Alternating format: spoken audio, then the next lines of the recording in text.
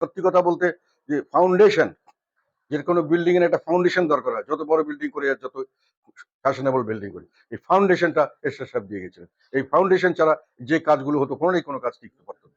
এখন ইলেকট্রিসিটির কথা বলি, ইনফ্রাস্ট্রাকচারের কথা বলি, রাস্তাঘাট, পুল ব্রিজ যেটা বলি, যে কোনো দিকে, এমনকি একটা জিনিস অনেক সময় অনেকে আমরা খেয়াল করি, যেগুলো নিয়ে আমরা গর্ব করি। আরেকটা কথা, যে আমরা ক্রিকেট নিয়ে গর্ব করি, খেলাধুলা নিয়ে গর্ব করি। আমরা বিশ্ববাজারে পরিচিত। আমি আমি একবার সাউথ আফ্রিকা গেছি, একজন বলতে, তুমি কি, আমি বললাম আমি Bangladesh. Oh yes, Bangladesh very good cricketer, cricket player, cricket Bangladesh.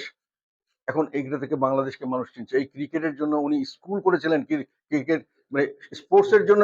সেটা কি বাংলাদেশের মানুষ কোনো চিন্তা করতে পারে এখনো, যে একটা খেলাধুলার জন্য একটা স্কুল হবে, যে স্কুল থেকে বিশ্ব মানের প্লেয়ার তৈরি হবে? এটা ছিল ওনার চিন্তাধারা। বাংলাদেশে আর কোন নেতা আছে যে এত দূরদৃষ্টি সম্পন্ন চিন্তা করতে পারে? যে আজকে তুমি এই যে বটল ওয়াটার আমরা ঘুরে ঘুরছি সব খাওয়ার জন্য, এই বটল ওয়াটার উনি বলেছিলেন সব দেশের মধ্যে। তখন পত্রিকায় উঠেছিল, দেশের মানুষ ভাত কিনে খেতে পারে না, পানি কিনে খাবে।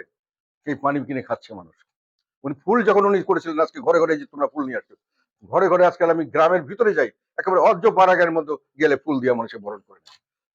যখন ফুলের দোকান উনি দিলেন, বললেন ফুল বিক্রি হবে, তখন পেপারে উঠেছিল বড় করে, এরশাদ সাহেবের বিলাসিতা, যে দেশের মানুষ খেতে পারে না, তারা ফুল কিনে ব্যবসা করবে, ফুল কিনে।